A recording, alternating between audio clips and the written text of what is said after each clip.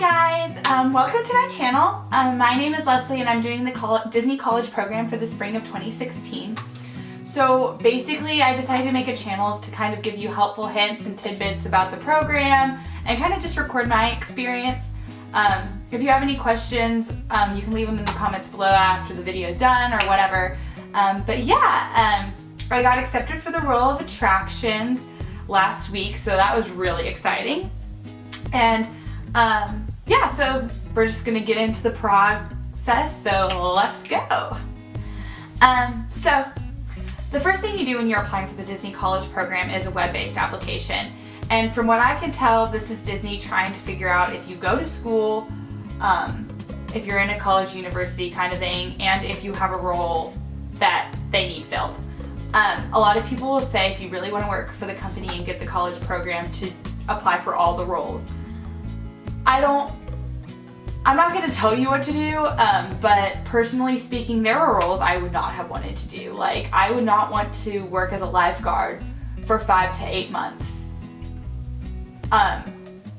You know? So I put no interest in that, and that's okay. Like, it's not going to keep you from getting the job to not put an interest in something. If anything, it kind of helps Disney narrow down what you can do. Because they want you to know who you are so that they know who you are so that they can place you in a position that's right for you. You know what I'm saying? Anyway, so you'll fill all that out. And I put my top roles, which were character attendant, attractions, photo pass, and character performer, which I'll talk about a little bit later. So then, yay, you're done with that. After you fill that out, you should get an email saying you get to take a web-based interview. And at first I thought the web-based interview was gonna be super easy and I wasn't gonna worry about it at all. Then I got the email about the web-based interview and kind of freaked out a little bit because right after the web-based interview, they tell you if you're moving on to the phone interview or not. Like, you don't have to wait for an email. It's like there you go. So, and it's timed and I'm dyslexic, so I was worried I wasn't gonna have enough time to read the questions. You have like 20 seconds to answer each question, and I just started a little bit, my heart was beating real fast. So I started freaking out about it, and then I was like, you know what, calm down. So I got into a really quiet place. I would strongly suggest that. Take it as soon as you can after you get it, just so you don't overthink it. And then the questions are very straightforward, and if you're right for the company, they really shouldn't be that hard to answer. They're very repetitive, so you can't really give the company what they want to hear.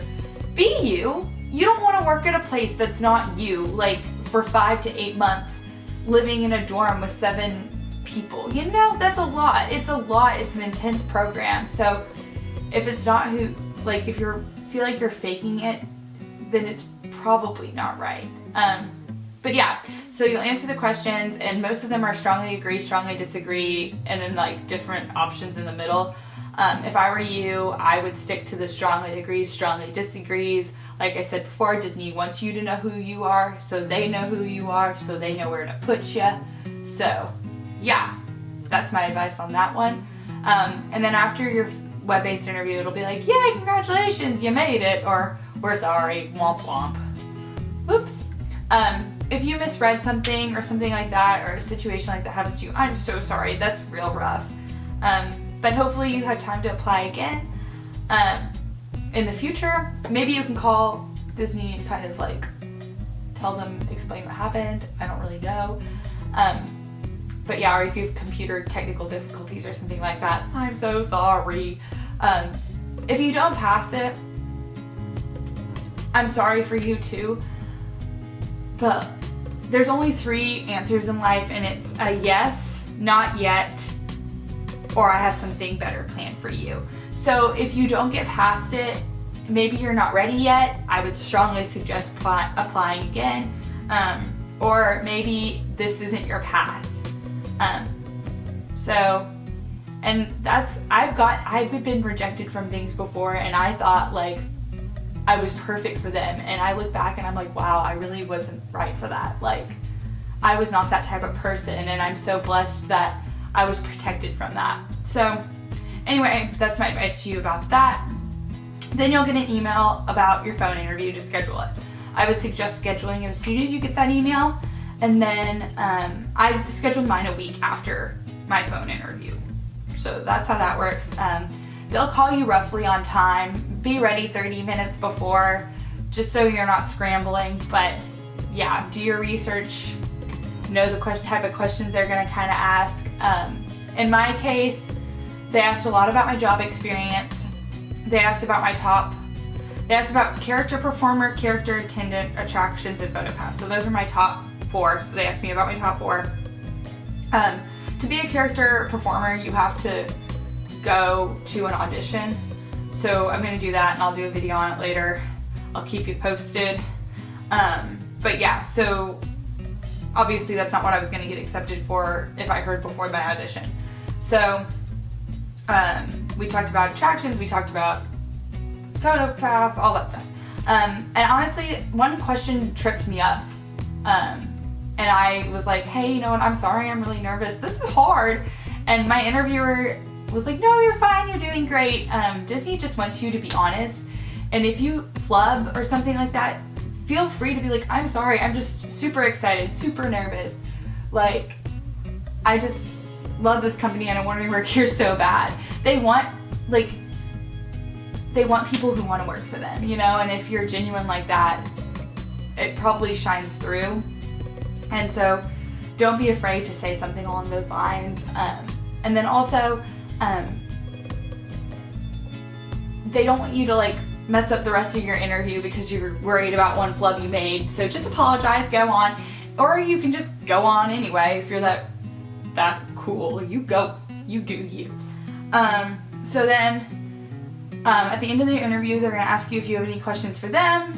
My advice is to prepare one question for them about their experience working at Disney, and then one question about your program or something. Like you have a question about, like, for example, if you're not bringing your car down there and you have a question about transportation or something like that, that's a really good time to ask those questions. Because I have heard some interviewers don't really like to talk about themselves, especially when they're interviewing a lot of people. But my interviewer didn't have a problem with it. So it's kind of hit or miss. You use your best judgment, ask them questions, yeah. So then she'll end it, the interview will end and she'll tell you to have a magical day, and you'll be like, oh, it's over. And then you'll be like, oh, it's over. And then start overthinking it, or at least I overthought it. I thought like, oh my God, I screwed up so bad. Like, I could have answered this question so much better, or that question so much better, or blah, blah, blah, blah. And yeah, you probably could have, I probably could have, but at the end of the day, like, it didn't matter. They want to hear you smiling through the phone. They want to hear that you're excited to work there. And you might get offered a role you didn't talk about during your phone interview. That's okay too. You're working at Disney. You got something, right? So that's my take on the phone interviews and all of that stuff. I heard back 2 weeks after my phone interview. My interviewer said I wouldn't hear till the middle of October, so that would have been about a month and a half of waiting. But I heard earlier, so thank goodness. Just hang in there, and submission is better than no longer in consideration. In progress is better than no longer in consideration. And don't freak out until you're in no longer in consideration.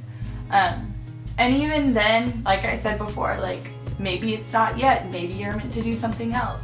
Maybe the role you wanted, just they had so many people applying for it, and it's not a reflection of you or how good you would have performed that role, but like maybe it was a senior who's graduating or something like that. So just remember, like, everything happens for a reason. So yeah, thanks for watching and staying with me. If you have any questions, like I said at the beginning, leave them down below. Subscribe for more Disney videos.